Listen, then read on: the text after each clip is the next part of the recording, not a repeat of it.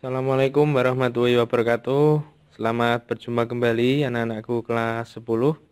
Saya harap kalian tetap sehat, tetap semangat ya. Sebelum belajar, mari kita berdoa terlebih dahulu agar materi yang kita pelajari bisa bermanfaat. Baik, bismillahirrahmanirrahim. Hari ini kita masih membahas teks anekdot ya. Setelah pertemuan sebelumnya kita menganalisis struktur teks anekdot. Pada kesempatan kali ini kita belajar menganalisis kaidah bahasa teks anekdot. Baik, silakan persiapan terlebih dahulu. Pastikan sudah ada buku catatan dan alat tulis di depan kalian untuk bersiap menyimak penjelasan dari saya. Siapkan waktu juga agar kalian bisa menyimak hingga penjelasan selesai. Dan tak lupa silakan tinggalkan nama, kelas, dan nomor absen di kolom komentar sebagai tanda bahwa kalian sudah menyimak penjelasan dari saya. Baik, kaidah bahasa atau unsur kebahasaan dalam teks anekdot ada beberapa hal yang perlu diperhatikan. Yang pertama, ada kalimat yang menyatakan masa lalu. Nah, karena teks anekdot itu berupa cerita, biasanya kalimat ini akan ada pada awal cerita. Nah, bisa dicontohkan di situ, Alkisah seorang pemuda menemukan guci ajaib. Atau pada suatu hari, seorang kakek membeli sebidang tanah. Nah, di sini penanda katanya yang menyatakan masa lalu bisa Alkisah, pada suatu hari, pada suatu ketika, pada zaman dahulu. Nah, seperti itu. Yaitu kalimat yang menyatakan masa lalu. Kaidah bahasa yang kedua, di dalam teks anekdot itu ada juga kalimat retoris. Nah, kalimat retoris ini kalimat pertanyaan yang tidak membutuhkan jawaban. Jadi seolah-olah yang bertanya itu sebenarnya sudah tahu jawabannya, tapi tetap ditanyakan. Contohnya, apakah Anda ingin lulus ujian? Nah, sebenarnya kan semua orang kan ingin lulus. Mengapa ditanya kembali? Nah, atau bagaimana rasanya jatuh dari sepeda? Pasti sakit kan? Nah, karena tidak perlu ditanya. Bisakah kamu diam saat ada hal lucu? Nah, tidak bisa ada hal lucu kan pasti tertawa, gak bisa diam. Nah, maaf ya, di situ sebenarnya hal lucu itu ada tanda tanyanya. Nah, ada kekurangan saat mengetik. Baik, selanjutnya kaidah bahasa yang ketiga, teks anekdot memiliki atau menggunakan konjungsi yang menyatakan hubungan waktu atau bisa kita kenal sebagai konjungsi temporal. Nah, contohnya kemudian, lalu, akhirnya, selanjutnya.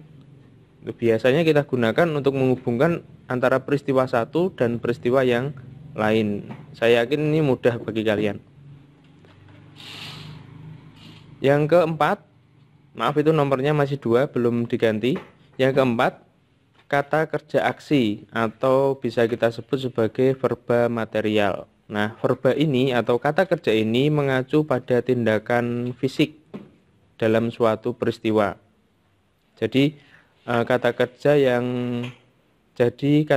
yang melibatkan aktivitas fisik atau badan kita atau penanda lain aktivitas yang bisa kita amati secara langsung.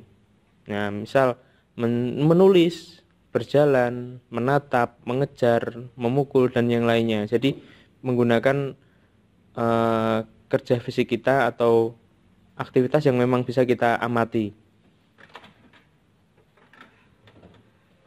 Kaidah bahasa yang kelima, ada kalimat perintah atau bisa kita kenal sebagai kalimat imperatif. Kalimat ini mengandung permintaan agar orang kedua atau orang yang diajak bicara itu melakukan tindakan atau mengambil sikap tertentu. Contohnya, silakan antre terlebih dahulu. Nah, kalimat ini meminta orang lain untuk melakukan tindakan. Jadi diminta untuk mengantre. Tolong jawab pertanyaan saya sebentar. Nah, ini juga meminta untuk melakukan tindakan dengan menjawab. Atau isilah formulir berikut sesuai data diri. Ini meminta orang lain untuk bertindak mengisi formulir.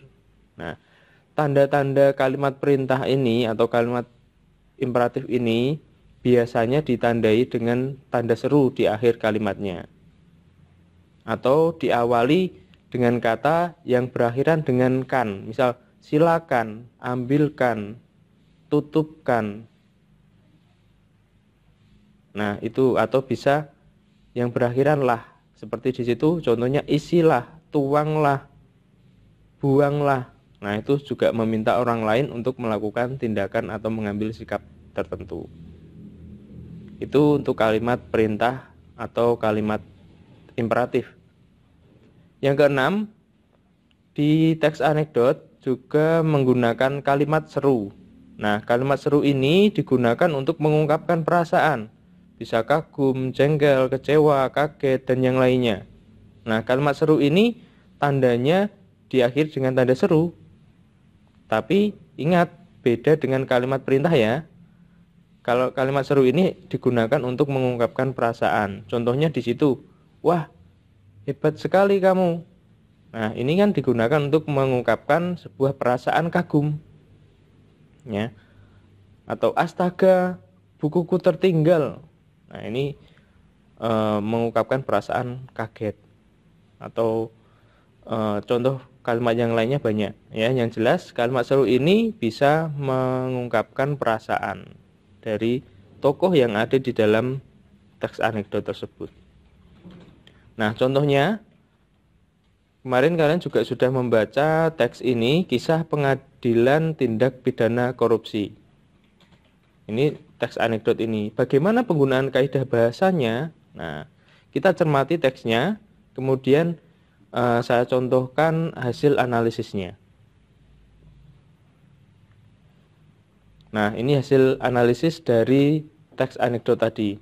Kaidah kebahasaan yang pertama, kalimat yang menyatakan masa lalu. Pada puncak pengadilan korupsi politik, jaksa penuntut umum menyerang saksi. Nah, di sini menunjukkan bahwa peristiwa tersebut sudah terjadi. Artinya peristiwa tersebut sudah ada di peristiwa tersebut merupakan peristiwa masa lalu. Kemudian diceritakan dalam teks anekdot. Yang kedua, kalimat retoris. Apakah benar bahwa Anda menerima $5.000 untuk berkompromi dalam kasus ini? Nah, ini kalimat retoris, kalimat yang sebenarnya jaksa itu sudah tahu bahwa yang terdakwa itu memang menerima $5.000, tapi tetap ditanyakan di dalam pengadilan. Nah, yang ketiga, penggunaan konjungsi yang menyatakan hubungan waktu atau konjungsi temporal tadi. Di sini menggunakan kata akhirnya. Nah, sebagai penunjuk waktu bahwa runtutan itu sudah selesai. Jadi menggunakan kata akhirnya. Kemudian kata kerja aksi atau verba material. Saksi menatap. Nah, menatap itu kan menggunakan mata kita, kemudian mendengar menggunakan telinga kita. Kita bisa mengamati bahwa ada orang yang menatap kita, ada orang yang mendengar kita, itu bisa kita amati. Menggunakan kalimat perintah. Nah, Pak, tolong jawab pertanyaan jaksa. Nah, kata kuncinya di sini ada kata tolong. Nah, kata tolong itu pasti meminta orang lain untuk melakukan tindakan atau sikap tertentu. Nah, ini sebagai penanda kata tolong. Terakhir, penggunaan kalimat seru. Contohnya, oh, maaf. Nah, di sini ungkapan apa yang digunakan? Untuk mengungkapkan apa kalimat oh, maaf ini? Nah, kalimat penyesalan. Jadi mengungkapkan perasaan menyesal terhadap sesuatu. Ini teksnya. Contohnya ya, ini ya analisis kaidah kebahasaan dari teks tadi. Bisa dijadikan pedoman untuk contoh. Sebagai catatan, di setiap teks anekdot itu tidak semua muncul kaidah bahasa ini, ya. Jadi memang ada teks anekdot yang hanya muncul 5 atau 4, atau yang paling bagus memang semuanya muncul begitu. Ya. Baik, silakan berlatih. Ada tugas yang sudah saya sampaikan di Google Classroom. Silakan dikerjakan sesuai tenggat waktu yang tersedia. Semangat, tetap jaga kesehatan. Saya akhiri. Wassalamualaikum warahmatullahi wabarakatuh.